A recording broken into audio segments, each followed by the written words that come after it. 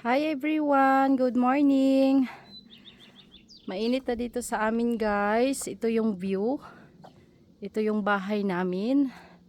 Ayan. Sobrang laki, tatlo lang kami nakatira. Tapos ngayon guys, dahil birthday ng asawa ko, yung binili namin na manok, ito siya. O yan, pinatay ko na siya.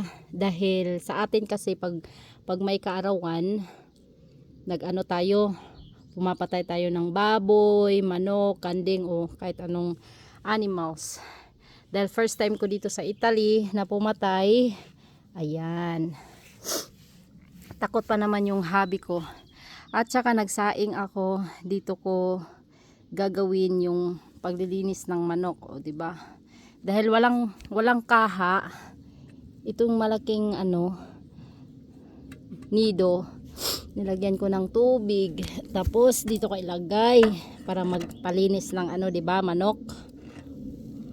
Ang gara no, nido talaga, nido. Ito naman yung aso namin, Lela, yenikwa. Oh, yan. Nako, dahil sa sobrang takot ko, ito yung kutsilyo na ginamit ko. Oh, di ba? Yan, naka-center talaga. Oh, dito pa ako gagawa oh. Oh, ang ganda ng view. Thanks.